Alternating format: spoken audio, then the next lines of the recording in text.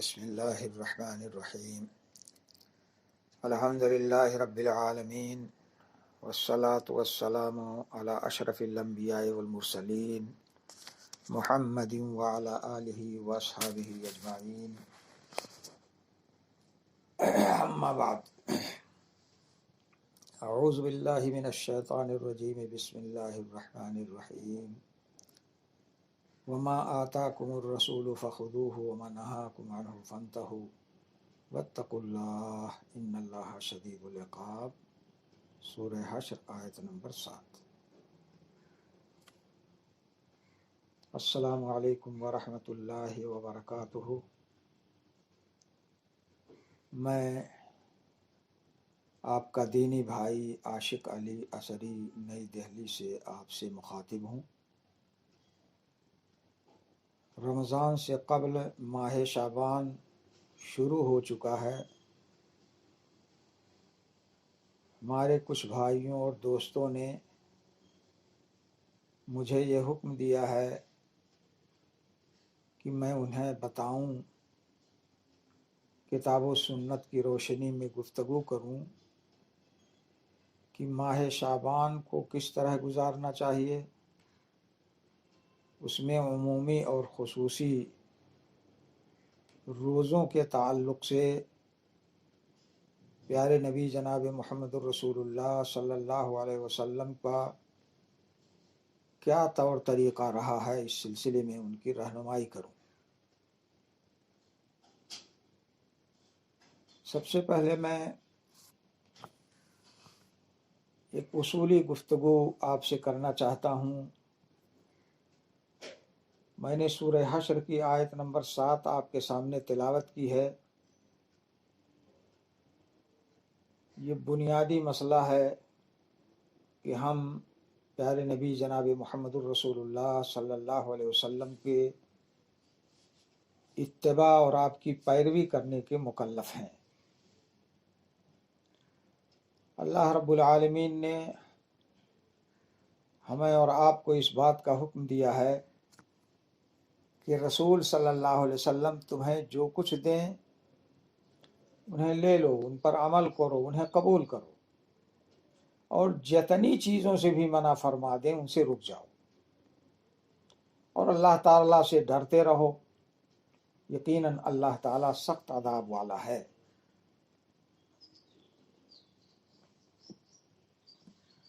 رسول صلی اللہ علیہ وسلم کے تمام مامورات پر عمل کرنے کے ہم مکلف ہیں۔ جتنی باتوں کا رسول اللہ صلی اللہ علیہ وسلم نے ہمیں حکم دیا ہے، اور جتنی باتوں سے آپ نے ہمیں منع فرمایا ہے، ان سے رکنے کا بھی حکم اللہ تعالیٰ نے دیا ہے۔ انہیں چھوڑنے اور ان سے بچنے کا بھی حکم اللہ تعالیٰ نے ہمیں دیا ہے۔ ساتھ ہی ساتھ اللہ تعالیٰ نے تقوی کا، اپنے خوف اور خشیت کا حکم دیا ہے، اور اس بات پر تنبیہ کی ہے کہ مامورات پر عمل کرنے میں، منہیات کو چھوڑنے میں، اور اپنی زندگی کے تمام شعبوں میں ہمیں اللہ کا تقوی پیش نظر رکھنا چاہیے۔ تب ہمارا قدم صراط مستقیم پر چلے گا، اور اگر ہم تقوی کو چھوڑ دیں، اللہ کے خشیت کو چھوڑ دیں، تو پھر ہمارا قدم دائیں بائیں پگڈنڈیوں پر چل پڑے گا۔ اس کے بعد اللہ تعالیٰ نے اور سخت تنبیہ کی کہ اگر میرے اس حکم پر تم نے عمل نہیں کیا تو یاد رکھو میرے ہی پاس آؤ گے اور میں تمہیں سخت سزا سے دوچار کروں گا۔ یہ بھی ایک اصولی چیز ذہن میں رکھنے کی ہے کہ دین اسلام پیارے نبی جناب محمد الرسول اللہ صلی اللہ علیہ وسلم کی زندگی میں مکمل ہو چکا تھا۔ اس کی تکمیل کے سلسلے میں اللہ رب العالمین نے فرمایا ہے الیوم اکملت لکم دینکم واتممت علیکم نعمتی ورضیت لکم الاسلام دینا۔ سورہ مائدہ آیت نمبر 3۔ آج میں نے تمہارے لیے تمہارا دین مکمل کر دیا ہے اور تم پر اپنی نعمتیں پوری کر دی ہیں اور تمہارے لیے اسلام کو بطور دین پسند کر دیا ہے۔ بہت سارے ادیان ہیں، ان میں اللہ رب العالمین نے ہمارے اور آپ کے لیے اور ہر کلمہ گو کے لیے بطور دین اسلام کو منتخب کیا ہے۔ معلوم ہوا کہ دین آپ کی زندگی میں مکمل ہو چکا ہے۔ یہ آیت کریمہ حجۃ الوداع کے موقع پر اللہ رب العالمین نے نازل فرمائی اور یہ بتا دیا کہ آج دین مکمل ہو چکا ہے۔ اب دین وہی مانا جائے گا جو آپ کی زندگی میں تھا، نیکی اور بھلائی کا کام وہی نیکی اور بھلائی کا کام ہوگا جو آپ کی زندگی میں تھا۔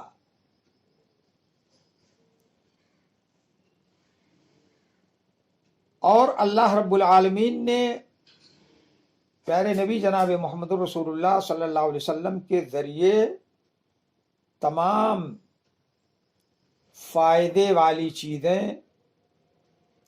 نقصان دہ چیزیں سب واضح کر دی ہیں، اور رسول اللہ صلی اللہ علیہ وسلم نے ساری باتیں ہم تک اور آپ تک پہنچا دی ہیں، کچھ قرآن کریم کے ذریعے اور کچھ پیارے نبی جناب محمد رسول اللہ صلی اللہ علیہ وسلم کی سنت، آپ کی سیرت اور آپ کی صحیح حدیثوں کے ذریعے۔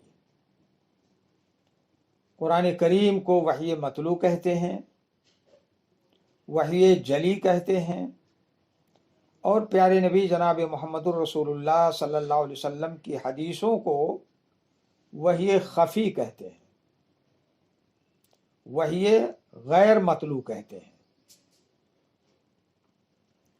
اللہ تعالیٰ نے فرمایا ہے، یا ایھا الرسول بلغ ما انزل الیک من ربک وان لم تفعل فما بلغت رسالتہ واللہ یعصمک من الناس ان اللہ لا یہدی القوم الکافرین، سورہ مائدہ آیت نمبر 67۔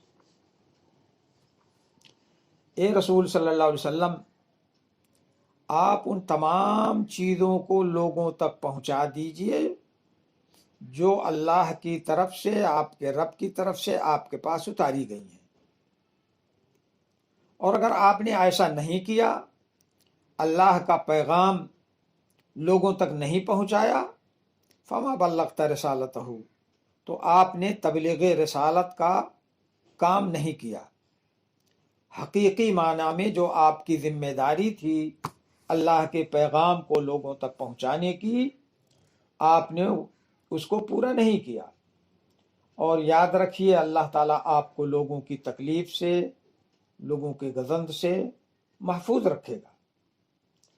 یقیناً اللہ تعالیٰ کافر لوگوں کو ہدایت نہیں دیتا ہے۔ تو اس سے معلوم ہوا کہ رسول اللہ صلی اللہ علیہ وسلم کی ذمہ داری اللہ رب العالمین نے یہ دی تھی کہ میرا سارا پیغام لوگوں تک آپ کو پہنچانا ہے، اور یقیناً آپ نے اللہ کا پیغام ہم تک اور آپ تک پہنچایا ہے۔ اسی لیے حجۃ الوداع کے موقع پر آپ نے صحابہ کرام سے پوچھا تھا، الا هل بلغت، سنو کیا میں نے تم تک اللہ کا پیغام پہنچا دیا؟ تو سب لوگوں نے اقرار کیا کہ آپ نے اللہ کا پیغام پہنچایا، اور جیسے پہنچانا چاہیے تھا ویسے پہنچایا، اور تبلیغ رسالت کا کام آپ نے کما حقہ ادا کیا۔ اس پر آپ نے اللہ رب العالمین کو شاہد اور گواہ بنایا تھا، اللہم اشہد، رب العالمین ان باتوں پر تو گواہ رہنا کہ میں نے تیرا پیغام لوگوں تک پہنچا دیا ہے۔ اور رسول اکرم صلی اللہ علیہ وسلم نے بھی اس بات کی طرف اشارہ فرمایا ہے اور اس بات کی وضاحت کی ہے کہ تمہارے لیے جنت سے قریب کرنے اور جہنم سے دور کرنے کی جتنی چیزیں ہو سکتی تھی سب میں نے بتا دی ہیں۔ اللہ تعالیٰ نے جن باتوں کا تمہیں حکم دیا ہے وہ باتیں میں نے تمہیں بتا دی ہیں۔ چنانچہ علامہ البانی رحمہ اللہ نے الصحیحہ میں ذکر کیا ہے اس حدیث کا، جس میں آپ نے فرمایا ما بقی شیء یقرب من الجنہ ویباعد من النار الا وقد بین لکم، کہ تمہیں جنت سے قریب کرنے والی اور جہنم سے دور کرنے والی کوئی چیز ایسی نہیں ہے جو تم سے نہ بیان کی گئی ہو۔ تو معلوم ہوا کہ قرآن کریم میں اور رسول اللہ صلی اللہ علیہ وسلم کی صحیح حدیثوں میں وہ تمام چیزیں ہمیں اور آپ کو ملیں گی جو جنت سے قریب کرنے والی، جنت میں داخل کرانے والی اور جہنم سے دور رکھنے والی ہیں۔ اور ایک دوسری حدیث میں آپ نے فرمایا ما ترکت شیئا مما امرکم اللہ بہ الا قد امرتکم بہ وما ترکت شیئا مما نہاکم عنہ الا قد نہیتکم عنہ۔ اس کو بھی امام البانی رحمہ اللہ نے الصحیحہ میں ذکر کیا ہے کہ میں نے کوئی ایسی چیز نہیں چھوڑی ہے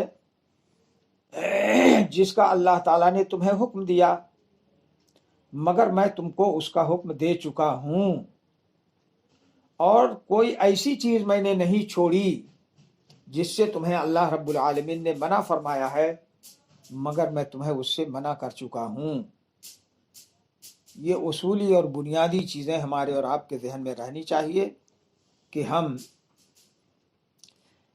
اللہ رب العالمین کے بندے ہیں، پیارے نبی جناب محمد رسول اللہ صلی اللہ علیہ وسلم کے امتی ہیں، ہم آپ کے اتباع کرنے کے مکلف ہیں، دین مکمل ہو چکا ہے اور رسول اللہ صلی اللہ علیہ وسلم کی دین کی باتیں اپنی زندگی میں جنت میں قریب کرنے والی چیزیں، جہنم سے دور کرنے والی چیزیں، اللہ رب العالمین کی طرف سے حکم دی گئی چیزیں جن کے کرنے کے ہم اور آپ مکلف ہیں، اور ان چیزوں سے رکنے کے مکلف ہیں جن چیزوں سے رکنے کا اللہ رب العالمین نے حکم دیا ہے، اور یہ ساری چیزیں بتا دی گئی ہیں۔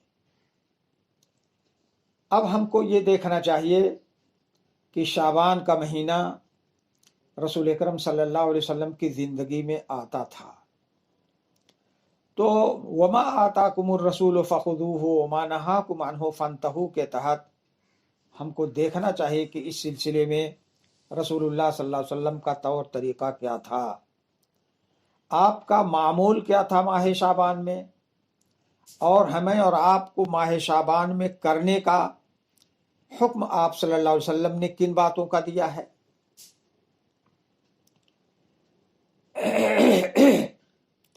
اس سلسلے میں ام المومنین عائشہ صدیقہ رضی اللہ عنہا فرماتی ہیں کانا رسول اللہ صلی اللہ علیہ وسلم یصوم حتی نقول لا یفطر ویفطر حتی نقول لا یصوم وما رأیت رسول اللہ صلی اللہ علیہ وسلم استکمل صیام شہر الا رمضان وما رأیتہ اکثر صیاما منہ فی شعبان۔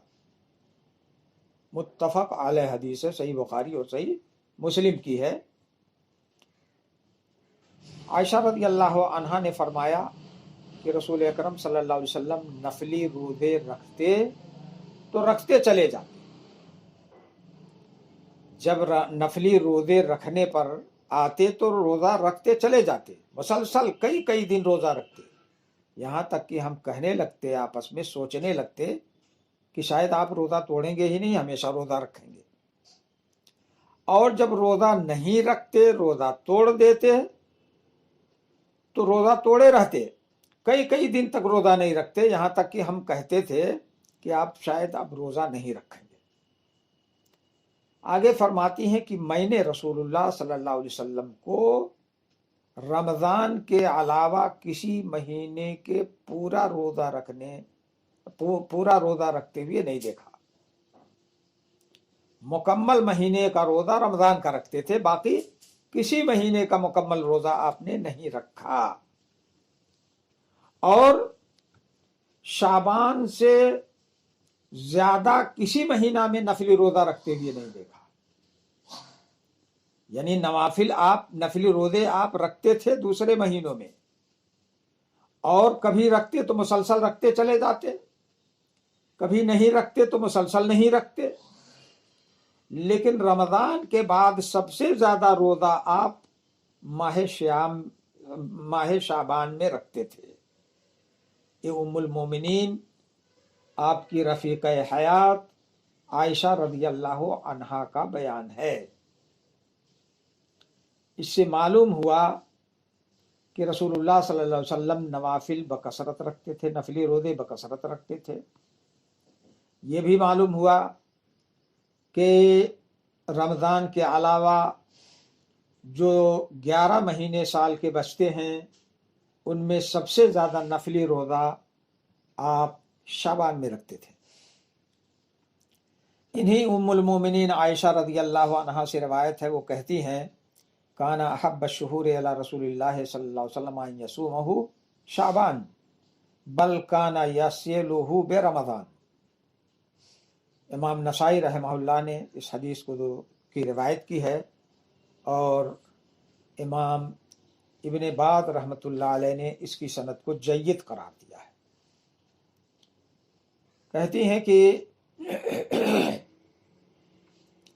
تمام مہینوں میں سب سے زیادہ محبوب روزہ آپ کے نزدیک شعبان کا ہوتا تھا.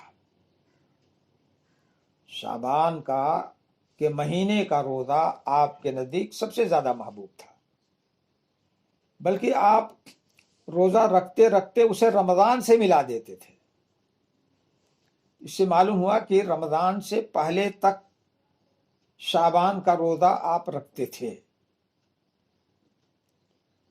اور ایسا کیوں ہوتا تھا؟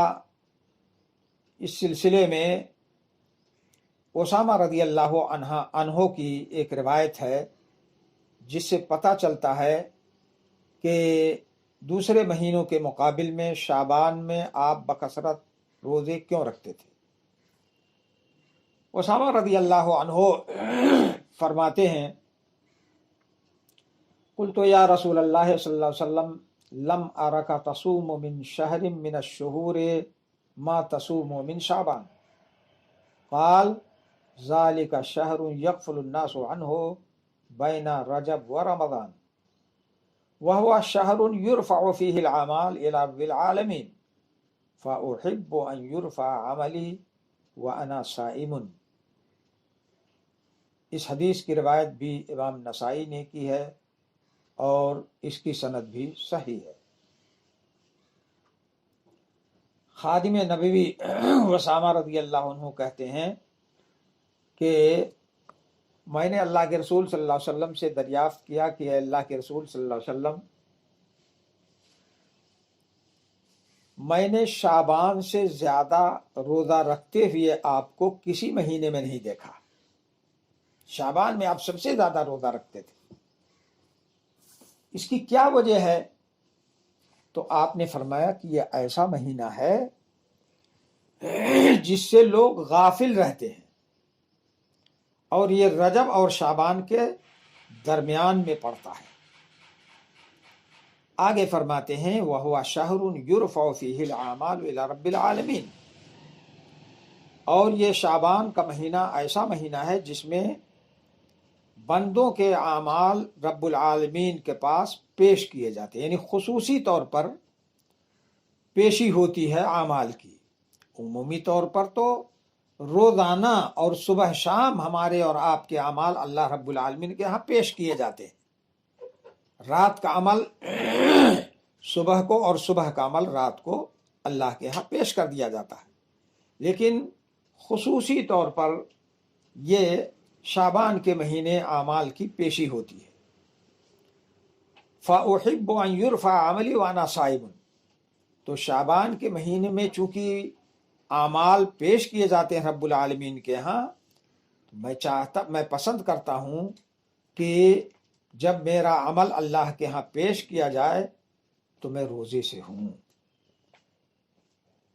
تو معلوم ہوا کہ شعبان میں بغیر کسی دن کی تعین اور تخصیص کے زیادہ سے زیادہ روزہ رکھا جا سکتا ہے۔ اور غیر شعبان میں ہم اور آپ جانتے ہیں کہ اللہ کے رسول صلی اللہ علیہ وسلم ہر مہینے میں عموماً 3 دن روزے رکھتے تھے، جن کو ایام 20 کہا جاتا ہے۔ اور ان 3 دنوں کے روزے رکھنے کا آپ صحابہ کرام کو بھی حکم دیتے تھے، ان کو بھی وصیت فرماتے تھے۔ چنانچہ ابو ہریرہ رضی اللہ تعالیٰ عنہ کہتے ہیں کہ اوصانی خلیلی صلی اللہ علیہ وسلم بثلاث صیام ثلاثۃ ایام من کل شہر۔ ابو ہریرہ رضی اللہ تعالیٰ عنہ کہتے ہیں کہ اوصانی خلیلی صلی اللہ علیہ وسلم بثلاث صیام ثلاثۃ ایام من کل شہر ورکعتی الضحیٰ وان اوتر قبل ان انام، متفق علیہ۔ کہتے ہیں کہ میرے خلیل یعنی محمد رسول اللہ صلی اللہ علیہ وسلم نے مجھے 3 باتوں کی وصیت فرمائی۔ پہلی وصیت تھی کہ ہر مہینے میں 3 دن روزہ رکھوں۔ یہ وہی 3 دن ہیں جن کو ایام 20 کہا جاتا ہے، اور یہ عربی مہینے کی 13، 14، 15 تاریخ ہے۔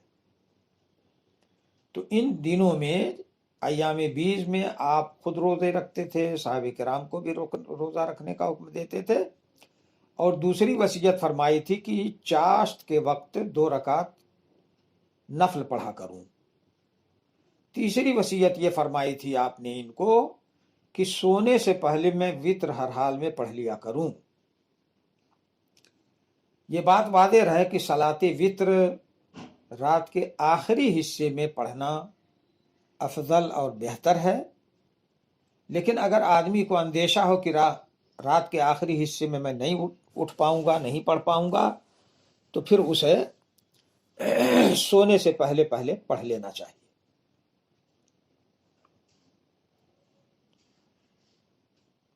اور یہ تو دوسرے مہینوں کا معمول ہے، یہ معمول ہم اور آپ شعبان میں بھی اپنا سکتے ہیں۔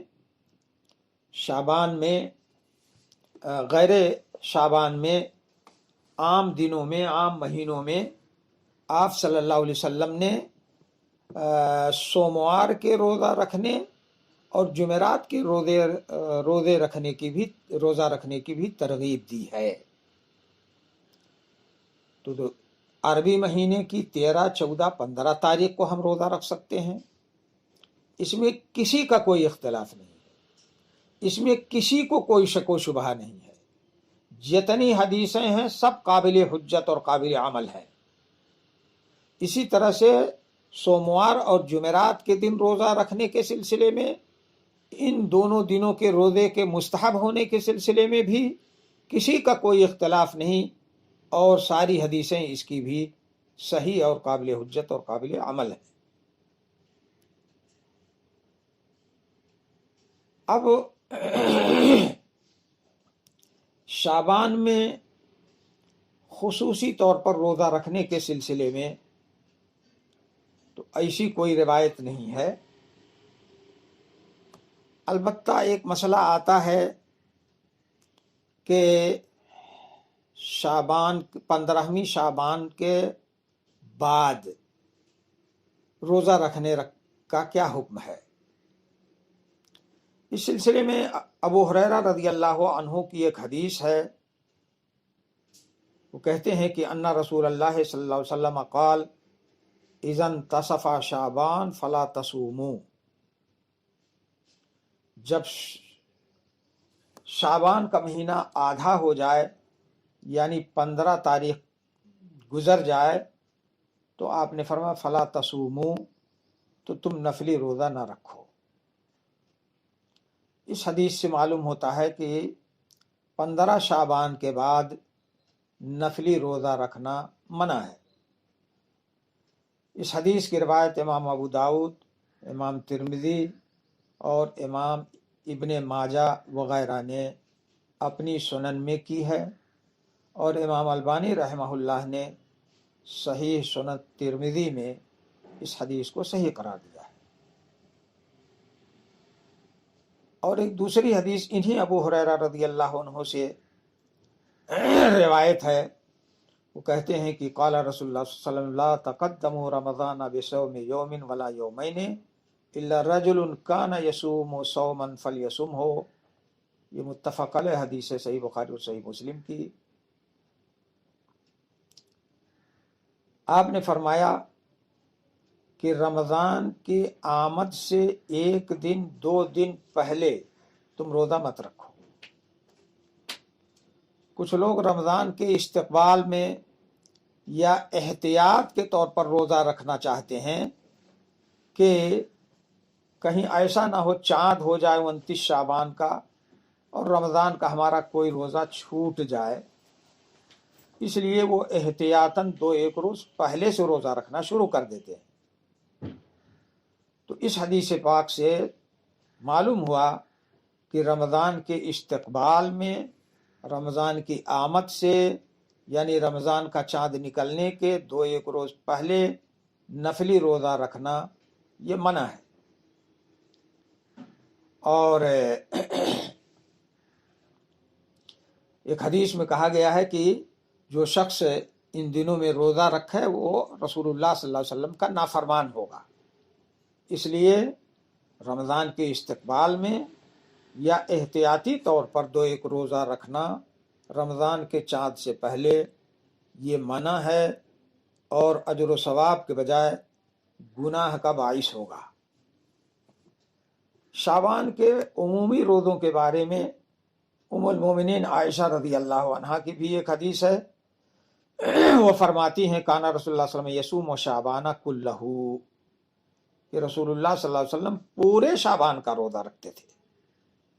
لیکن یہی بات ایک دوسری روایت میں یوں کہی گئی ہے کہ یصوم شعبان الا قلیلا، کہ چند ایام چھوڑ کر کے باقی آپ روزہ رکھتے تھے۔ صحیح بخاری اور صحیح مسلم کی روایت ہے۔ تو امام نووی رحمہ اللہ نے تطبیق یہ دی ہے کہ یصوم شعبان کلہ کا مطلب ہے یصوم شعبان الا قلیلا، یعنی پورا مہینہ نہیں روزہ رکھتے تھے، کچھ دن روزہ کے بغیر بھی گزارتے تھے۔ چونکہ زیادہ تر روزہ رکھتے تھے آپ شعبان کے مہینے کا، اس لیے اس کو ام المومنین عائشہ رضی اللہ عنہ نے کہہ دیا ہے کان رسول اللہ صلی اللہ علیہ وسلم یصوم شعبان کلہ۔ تو اس سے معلوم ہوا کہ شعبان میں زیادہ سے زیادہ روزہ رکھ سکتے ہیں۔ اب رہی وہ روایت جس میں آپ نے فرمایا ہے کہ جب شعبان کا مہینہ آدھا گزر جائے تو روزہ نہ رکھو، اس سلسلے میں علماء کے 2 طبقے ہیں۔ کچھ علماء نے اس حدیث کو ضعیف قرار دیا ہے، اور کچھ علماء نے اس کو صحیح مانا ہے، اور جیسا کہ میں نے اوپر ذکر کیا کہ امام البانی رحمہ اللہ نے بھی اس حدیث کو صحیح سنن ترمذی میں صحیح قرار دیا ہے، تو یہ حدیث صحیح ہے، قابل حجت اور قابل عمل ہے۔ اب بظاہر اس حدیث میں اور دوسری حدیثوں میں جن میں زیادہ سے زیادہ شعبان میں روزہ رکھنے کا ثبوت ہے، یا رمضان کے آمد سے 2-1 دن پہلے روزہ رکھنے کی ممانعت ہے، اس کا مطلب کہ 15 شعبان کے بعد بھی روزہ رکھ سکتے ہیں، البتہ رمضان کی آمد سے 2-1 روز پہلے روزہ رکھنا منع ہے۔ تو علماء نے اس کی تطبیق یہ دی ہے۔ علامہ ابن قیم رحمۃ اللہ علیہ نے تہذیب السنن میں تطبیق دیتے ہوئے کہا ہے کہ یہ حدیث یعنی 15 رمضان کے بعد روزہ نہ رکھو، یہ حدیث کہتے ہیں کہ صحیح ہے اور امام مسلم کی شرط کے مطابق ہے۔ آگے فرماتے ہیں کہ اس حدیث کے اندر علا راوی نام کے ایک راوی منفرد پڑھتے ہیں، لیکن اس سے حدیث کے اندر کوئی خرابی پیدا نہیں ہوتی ہے، کیونکہ علا ثقہ راوی ہے۔ اور امام مسلم رحمۃ اللہ علیہ نے اپنی صحیح مسلم میں ان کی متعدد حدیثیں ذکر کی ہیں ابو ہریرہ رضی اللہ عنہ کے واسطے سے، اور بہت سارے ثقہ راویوں کے منفرد اور اکیلے ہونے کی وجہ کے باوجود نبی صلی اللہ علیہ وسلم کی بہت سی سنتیں، بہت سے طور طریقے ثابت ہیں، اور علماء امت نے ان حدیثوں کو جو ثقہ راویوں کے واسطے سے ہیں اور وہ ثقہ منفرد ہیں، ان کی روایتوں کو قبول کیا ہے اور ان پر عمل بھی کیا ہے۔ آگے علامہ ابن قیم رحمہ اللہ فرماتے ہیں کہ جو لوگ یہ گمان کرتے ہیں کہ شعبان میں روزہ رکھنے والی حدیثوں میں اور اس حدیث میں تعارض ہے، تضاد ہے، تو یہ بات صحیح نہیں ہے۔ دونوں میں کوئی تضاد نہیں ہے، یعنی جن حدیثوں سے ثابت ہوتا ہے کہ شعبان میں 15 شعبان کے بعد بھی روزہ رکھ سکتے ہیں ان روایتوں میں، اور جس میں آپ صلی اللہ علیہ وسلم کا یہ فرمان ہے کہ جب شعبان کا مہینہ آدھا ہو جائے تو روزہ نہ رکھو، تو فرماتے ہیں کہ حقیقت میں ان روایتوں میں کوئی تضاد اور تعارض نہیں ہے۔ اور جن حدیثوں سے 15 شعبان کے بعد روزہ رکھنے کا ثبوت ہے، یہ اس بات پر دلالت کرتی ہیں کہ 15 شعبان سے پہلے جو لوگ روزہ رکھتے رہے نفلی، وہ 15 شعبان کے بعد بھی روزہ رکھ سکتے ہیں۔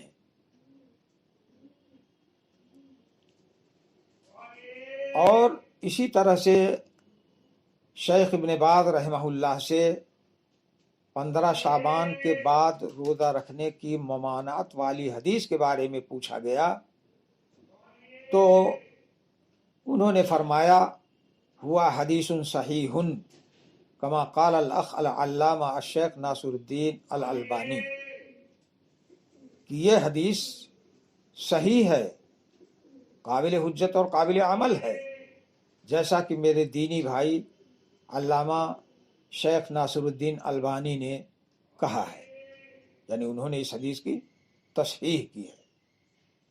آگے فرماتے ہیں کہ اس حدیث کا مطلب یہ ہے کہ اگر کوئی شخص 15 شعبان سے پہلے نفلی روزہ نہیں رکھتا رہا، پورا 15 دن اس نے بغیر روزے کے گزار دیا، اب وہ 15 شعبان کے بعد روزہ رکھنا چاہے تو اس کے لیے منع ہے۔ اور جو شخص زیادہ روزہ رکھتا رہا، شعبان کے مہینے کے زیادہ حصے میں روزہ رکھا، فرماتے ہیں فقط اصاب السنہ، تو اس کا یہ عمل اور اس کا یہ طریقہ سنت کے مطابق رہا۔ یہ بات مجموع فتاوی شیخ ابن باز میں موجود ہے۔ تو اس سے معلوم ہوا کہ جو لوگ 15 شعبان سے پہلے نفلی روزے رکھتے رہے ہیں وہ 15 شعبان کے بعد بھی رکھ سکتے ہیں، اور اگر 15 شعبان سے پہلے کسی نے روزہ نہیں رکھا ہے، 15 شعبان کے بعد روزہ رکھنا چاہتا ہے اور آخر تک وہ رمضان کے آمد سے پہلے تک اس کو لے جانا چاہتا ہے تو اس کے لیے یہ ممانعت ہے۔ آج کی اس مجلس میں انہی باتوں پر میں اپنی گفتگو ختم کرتا ہوں۔ اللہ کی توفیق شامل حال رہی تو انشاءاللہ کسی وقت کسی دوسری مجلس میں کچھ بنیادی چیزیں اور آپ کے سامنے عرض کی جائیں گی، مثلا 15 شعبان کو چراغاں کرنا، پٹاخے پھوڑنا، اور 15ویں شعبان کا خصوصی طور پر روزہ رکھنا، 15ویں شعبان کی رات کو قیام کرنا، نوافل پڑھنا، قبرستان کی زیارت کرنا وغیرہ، تو اس سلسلے میں انشاءاللہ اللہ کی توفیق سے کسی دوسری مجلس میں کسی دوسرے موقع پر گفتگو کی جائے گی۔